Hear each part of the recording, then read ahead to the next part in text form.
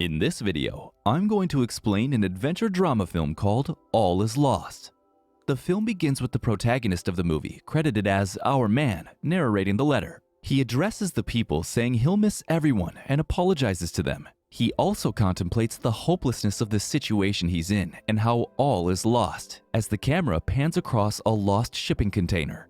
8 days earlier in the Indian Ocean, a man wakes up to find water flooding his boat, Virginia Jean. The water from the ocean has ruined all his belongings inside the cabin. The boat collided with a wayward shipping container, which ended up ripping a hole in the hull. The man tries to dislodge the container with a pole, but to no avail. He then comes up with an idea to use a sea anchor to tie to the container, which would hold it in place. He then changes course to tilt the boat away from the hole. The leak from the hole is pouring all the seawater inside the boat. The man has to steer back closer to the container to retrieve supplies tied to the container filled with shoes. He checks to find his things inside the boat in a floating mess and realizes that none of the switches to the lights or bilge pump work. He retrieves a floating box with his tools and begins to patch the hole. For the next few days, the man is seen spending his time patching the boat, fixing his radio, sleeping, eating, and most of all, surviving.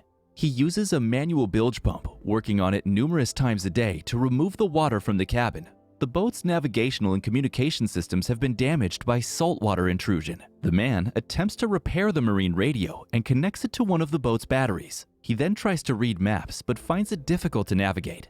Later that day, while he's reading a book about navigation, he hears a call coming from the radio. By the time the man reaches the deck to respond, the connection drops. With a heavy heart, he pours himself a drink, chugs it down, and then pours another. As he begins cooking for himself, a comforting pitter-patter of raindrops greets him. He's seemingly delighted and enjoys raindrops falling on him. After finishing his meal, the man is sleepy as he's reading the book to gather information on how to navigate. When he can no longer continue, he decides to sleep instead. The next morning, he hoists himself up the mast to repair an antenna to get a better connection. Up there, he sees a tropical storm brewing in the distance. Quickly realizing the gravity of the situation, he hoists back down, packs all his essentials, and confines himself inside the cabin. He also begins sorting all fragile items below the deck for safekeeping during the storm, and also shaves his stubble in the process. When the storm arrives, the man runs before the wind. He can maneuver the boat for a while when the storm is seemingly calm. After putting on a raincoat, the man comes back up to find that the storm has begun changing its tides. Seawater has started to leak inside the cabin, and the storm is raging outside. He intends to hoist the storm jib, and for that, first he ties himself to the railings. But as he crawls to the bow, he's thrown overboard by a huge wave that strikes the boat. Still tied to it, he's dragged by the boat underwater and is only able to get back to the deck after a desperate struggle in the sea. Once on board, his struggles continue to torment him. He barely manages to reach the cabin. He exhausts himself in the process and is nauseated from all this hardship. The man ends up puking upon reaching the cabin. While there, the boat capsizes, tumbling everything upside down and staying so. Everything stays inverted for a few moments, and from the window, the man can see he's submerged underwater. The boat then rights itself seconds later, but when the man comes out of the cabin to maneuver the boat, there's a second roll, which throws the man overboard again. He has to swim around his inverted boat and is able to grab onto railings just when the boat is about to right itself in the nick of time. Most of his equipment has been destroyed by this point, and all of the masts that were standing tall before are broken. He then decides to let loose of them and dismast his boat and keep it floating however long he can. After going below deck, there's a sudden tumble, and the man ends up being knocked out by colliding with a post. After a while, the man regains consciousness, but he finds more holes in the boat and that all his belongings are once again in a floating mess. The boat is sinking and water continues to pour below deck, so the man has to abandon the ship in an inflatable life raft. Amidst the storm and the sinking boat, he finds the strength to tie the inflatable raft onto a railing and take shelter in it for the rest of the storm. From a shot underwater, things seem calm.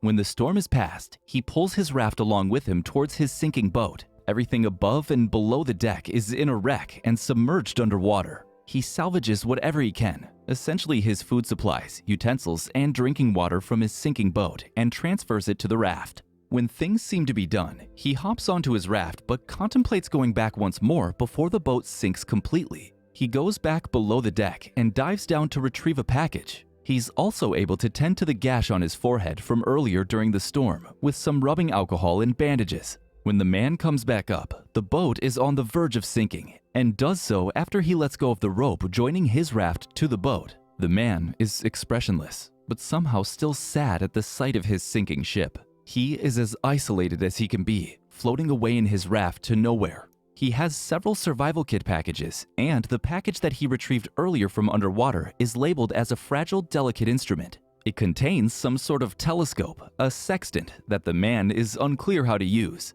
He fills up on some food and then attempts to locate and navigate through. The man then wakes up from a nap only to find that the water has seeped into the raft as well. He soaks the water in a piece of cloth and then squeezes it into the sea. As the man learns to operate the sextant, he discovers that he's being pulled towards a major shipping lane by ocean currents. He's been able to remove the water from his raft, tend to his wound, and attempt to locate himself. He keeps on running out of luck when he's troubled by yet another storm. With the storm raging, the raft gets filled with water. He makes desperate attempts to free himself and jumps overboard. He swims to what seems like the top of the raft. However, the man is clearly left scared, afraid, and all by himself when he covers his ears and confines himself in the raft. After having survived a second storm, his hardship continues when his supplies start to diminish. Meanwhile, he also learns that his drinking water has been contaminated with seawater. Everything that he's been through has worn out the man, who lets out a loud yelp in frustration. He's exhausted, infuriated, and has no drinking water to quench his thirst. A school of fish follows the boat in the calm sea, and the man is seen hiding in the shade from the sun.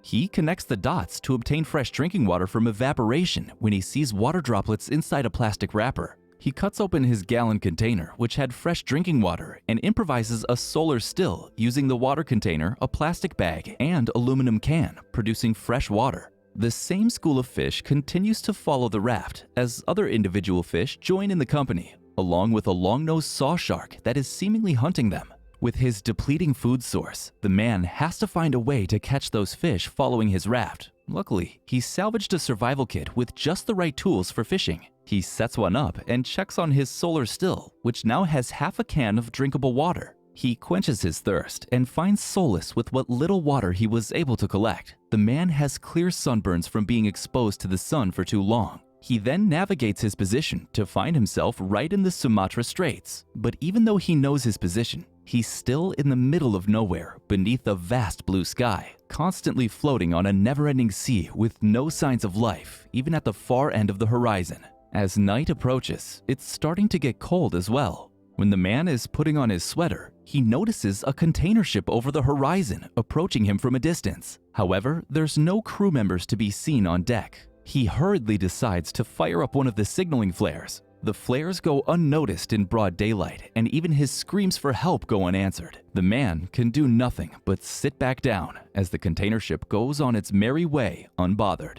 As he's floating away in his raft, he's thrilled to notice small little tugs from the fishing line he had set up earlier. He reels the line in slowly, which has a small fish at the end of it, but the fish is swiftly snapped up by the shark before he can get a hold of it. From the surface, the shark is nowhere to be seen going with the fish, but underwater, there are numerous sharks and fish stalking and circling the raft. Later that night, the man wakes up to yet another ship passing by him very close. He hastily fires all of his remaining flares with only one left remaining in his hand. Unfortunately, even the second ship goes on its way unbothered.